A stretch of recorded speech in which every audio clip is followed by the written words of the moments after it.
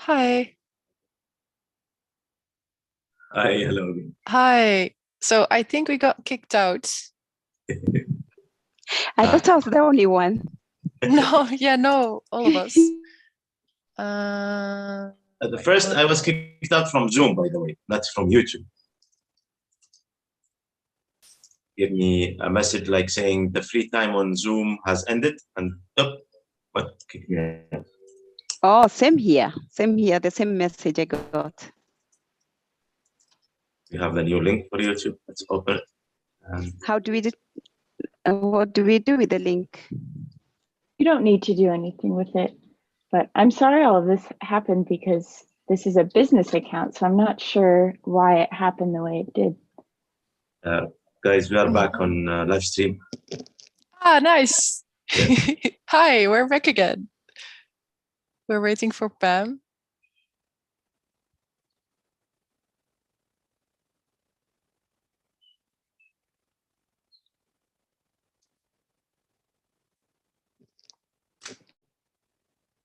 I hope this works. I'm not sure why we got kicked out, but before we got kicked out, and I'm sorry for that if you watch this. And if you try to click back in, thank you for that. And we're really happy to have you and watching us again. So we just wait a few minutes if Pam and Eric also want to rejoin. And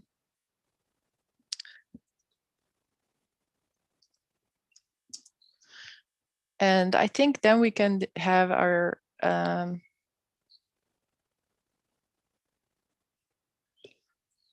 continue our discussions on the great news we had from IMO this week. So please, as some of you would just help me out a little bit and introduce people to what was announced at IMO and the way forward with the work we are doing, I can then quickly see if Pam and Eric can be joined as well. Thank you, Eva. Hello, everyone. It's nice to be here today with all of you. Great news, as Eva said, the IMO and its Maritime Safety Committee has discussed and acknowledged the importance of the work we are doing. It is a very important thing that IMO acknowledged the because safety and sexual assault and harassment in the maritime sector, and acknowledgement for progress to work for all the seafarers around the world, which we pay them respect and tribute. Sadly, we had this electronic problems, but it happens everywhere. But happy to be here and to chat. So if anybody has a question or something, I will be very happy to speak about and to present myself back again to our colleagues. My name is Issam Al-Ammari, and I'm the permanent representative of Saudi Arabia to the International Maritime Organization. Maybe I will hand it to Nancy. Maybe she would say something today. Thank you, Al-Ammari, for that introduction. And let me say, my name is Nancy Karikito, Principal Secretary in charge of Shipping and Maritime in Kenya, also Ambassador and Special Envoy on Maritime and Blue Economy. And I'm also grateful to be part of this group, really honored and happy that we've got good news from yesterday's session in the IMO, and that we've got the green light to continue with this work that is really, really important and very encouraging for us, because it gives humanity back to the people, or rather makes them feel safe.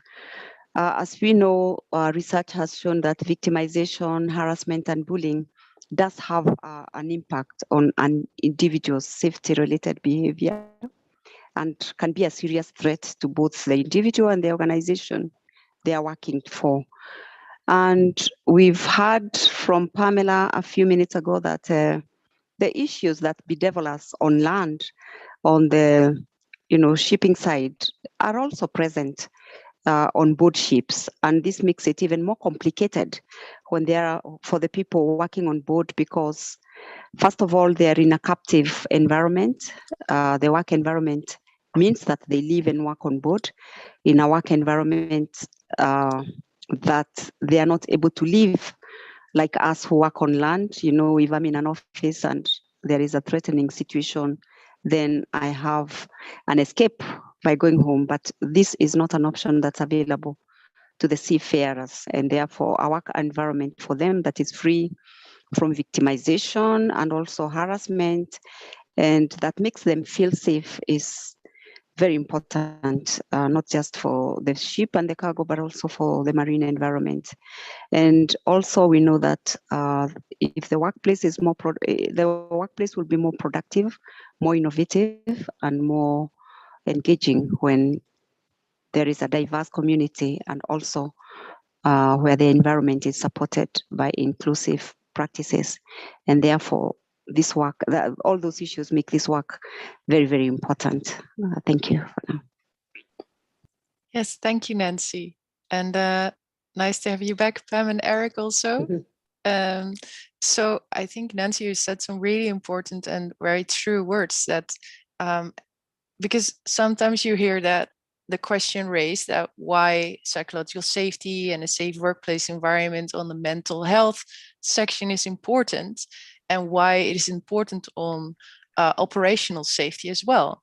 And I think creating, you know, a better, more positive, psychologically safe working environment, for example, setting healthy, you know, a set of boundaries, or just discuss how you behave with each other, really sets a good standard in order to have a safe working environment where everybody is allowed to speak up, or everybody feels free to speak up about what they think or what they want or what they see. So maybe we can say a few words more about that. Who wants to take the floor, thinks that they can contribute to saying why is this important and maybe also essential to operational safety, and where do we start?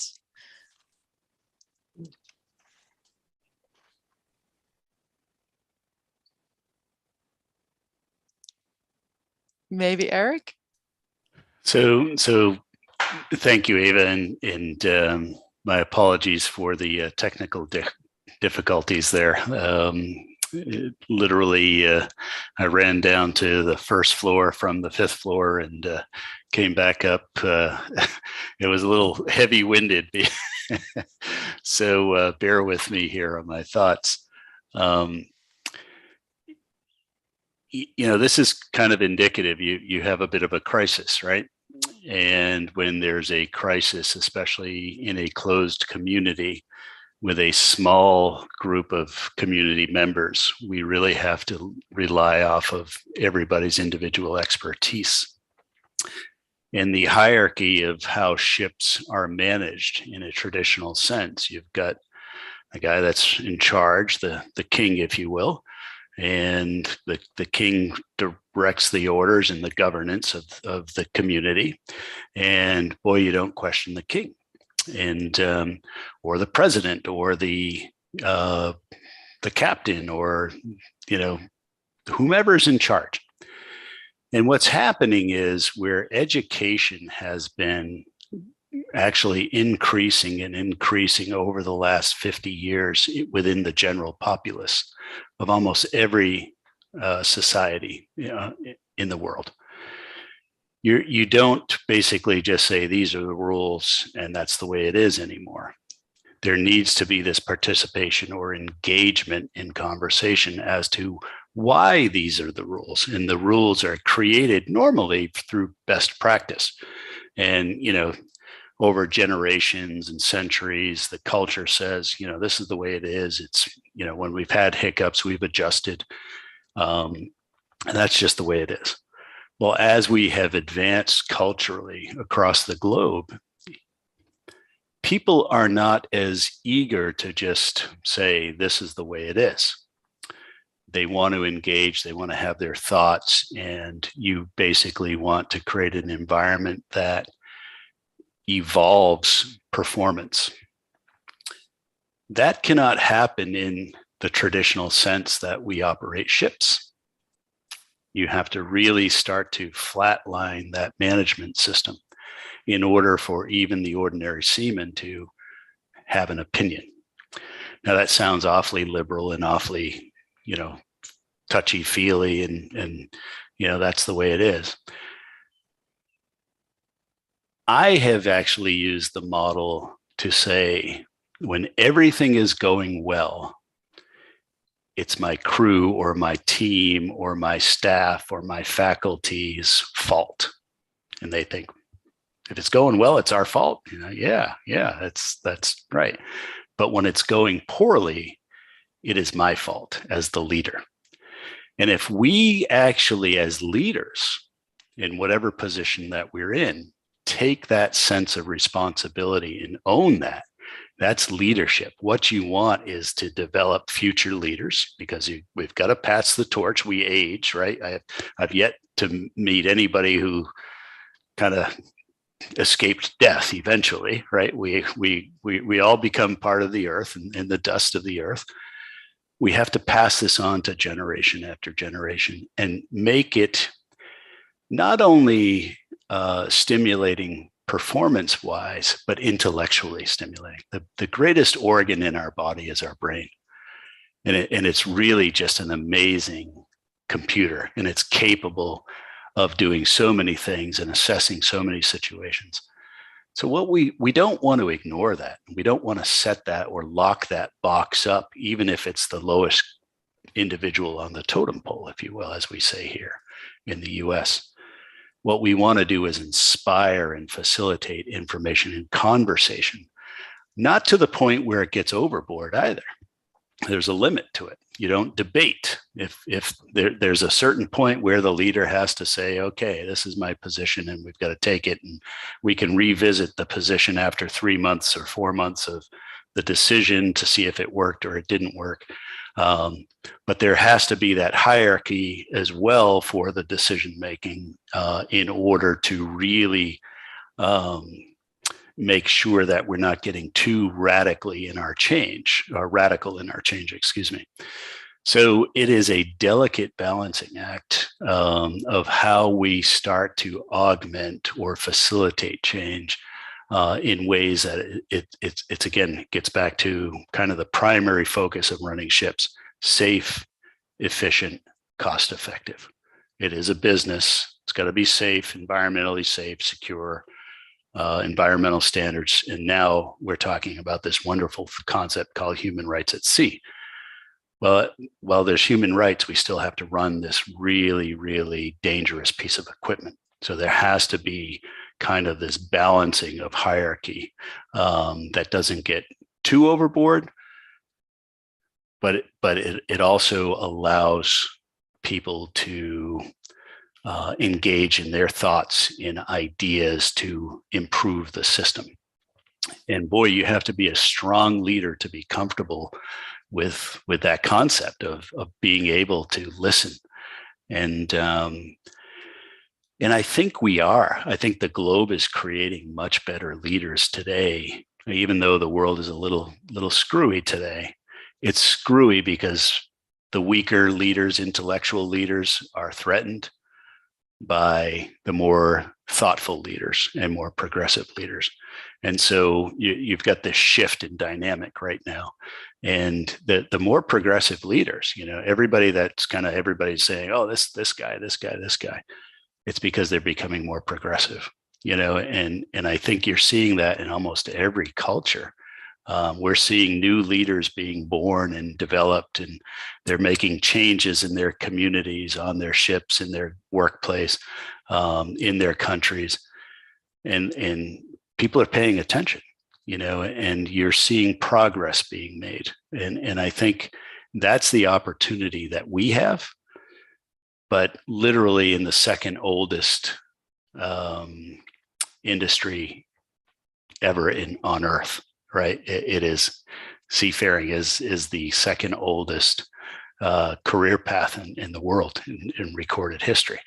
So the reality is, we don't want to change too much because of that tradition, but we've got to find that sweet spot that protects all those who participate in it. It's really exciting when you think about it. Yeah, it is. And I totally agree. And I think we all forget that sometimes, how cool the maritime sector is and how old it is. You know, it's ancient. It's like the world was discovered with people who were sailing the world on ships, and then they started trading, and then you had the merchant marine.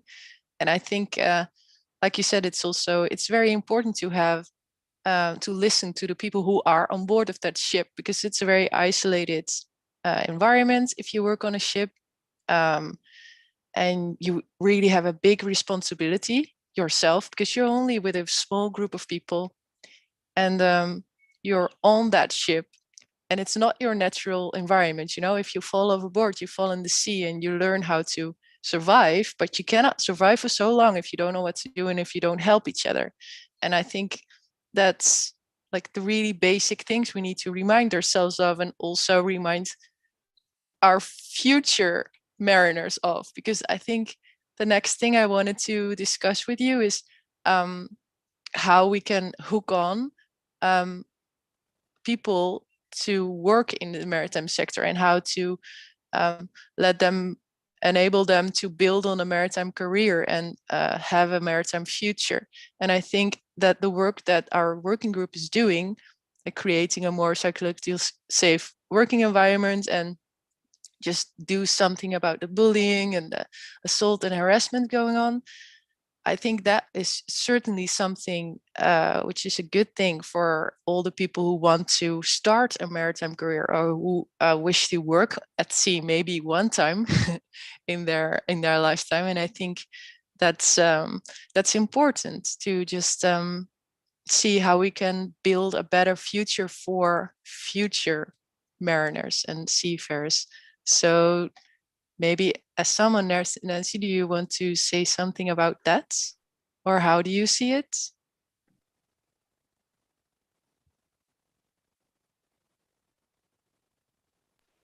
Thank you, Eva.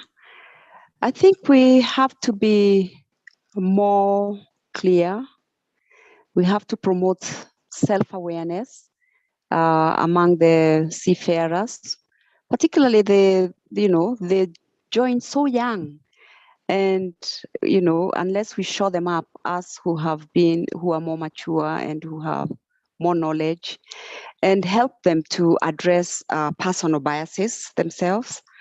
Like I said, support clear, consistent, and open communications.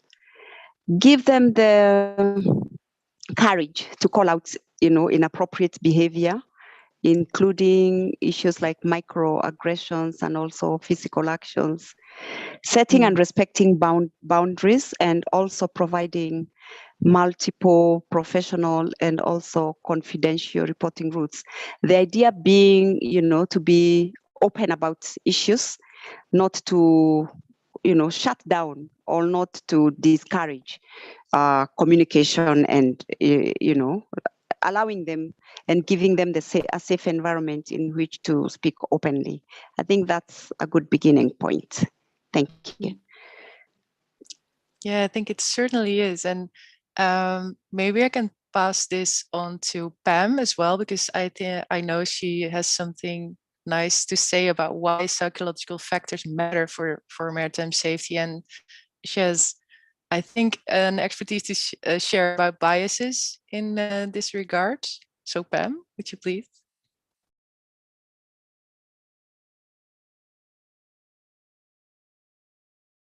Yeah, exactly, Eva. When it comes to psychological safety and also attracting a younger demographic, the strategies of asking mariners, do more, be more, doesn't work. It's the relationship at work is just like a personal relationship. Would you stick around if you don't feel safe? If you don't feel valued or you don't feel trusted, would you stick around in that relationship?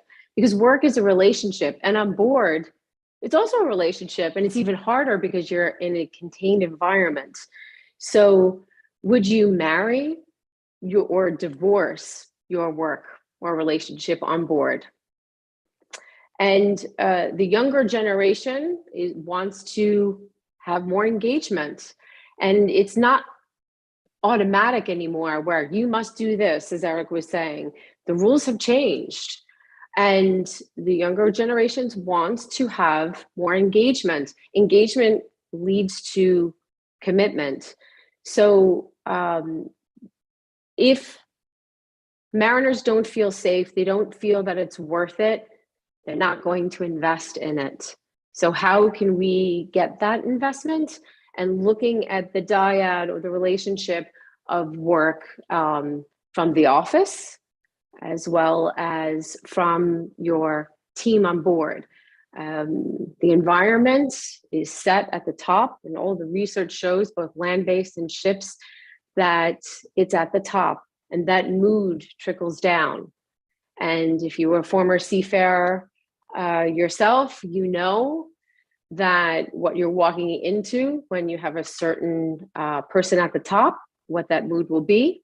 And you also know when that certain person will be leaving for their vacation, if it's not a positive mood.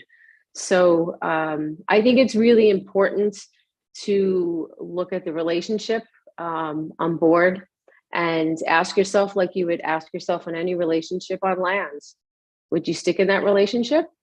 Would you want to marry that relationship or divorce? That's an interesting thought. Yeah, thank you for sharing that. It's, I think, good to have this reflection on yourself also. And the last thing I wanted to talk about before we have to end this meeting was something I wanted to ask Mr. Essam Alamari, because during IMO last week we worked, there was discussions about a proposal we jointly made together with other member states and NGOs on amending the IMO model course on personal safety and social responsibility, PSSR, to better reflect mental health and psychological safety. And I really wanted to allow Mr. Alamari to say a few words about this and his reflection on it. So please, if you would like to. Yeah, and thank you, colleagues, on all what you have said. It is an interesting discussion, really, and I'm sure we'll have hours of things to say to people outside there about the work of seafarers or how we protect the sector. Responding to your question, Eva, which is I'm very proud to work on that issue. So really the unprecedented changes to the maritime industry. I'm sure we all have to ensure that we maintain a healthy environment for learning and skills development. That is preparing the next generation of seafarers, protecting the actual seafarers, and the ones who will be in the sector sometime in the history. Above all, really, we must never forget that seafarers are human first. The activities of the working group and the focus on mental health and physiological well-being are therefore of the utmost importance, creating, let's say, a cohesive and inclusive workplace with mutual understanding and enhanced trust. I remember Mr. Doyaki just talked about this. Having worked as a seafarer too, I believe that the proposed amendments will facilitate and encourage a workplace of respect new in the future in an industry that would really the world depends on. And if I may say a small story, I was explaining to my niece what is the importance of seafaring, and I gave her just an example, like and her package along with her hands in less than 24 hours sometimes. So that is one of the things, and wanted to really say that was asked about the work we were doing. We are continuing to do within the IMO, spreading the awareness of. Thank you. Thank you. And also thank you for spreading the awareness and just using your voice to raise awareness for the people who don't have a voice at IMO. And I think that is we're so grateful for that. And I think I can speak of many people currently at sea or used to work at sea or want to work at sea, because I think it's nice work. and also necessary work, but an important work. But yeah, and I'm very happy and proud for all of you to be part of it, and also the rest of our group with the Center for Ocean Policy and Economics and the working group we established. And I thank you all for being part of this live session on YouTube, and also for people watching this and taking the time. And please, if you have questions, you can place them in the comments below. We will take a look at it later as well, and we will respond to you if you like, or if you have questions. So yeah, thank you very much for your time and attention, and we will be happy to see you the next time. And thank you. Have a nice day. Thanks, Yeah, Eva. thank you, everyone. Thank you. For us, it's night here, so we'll have a good night. Thank you. I look Yes. forward to Have a good day. continuing. Thank you.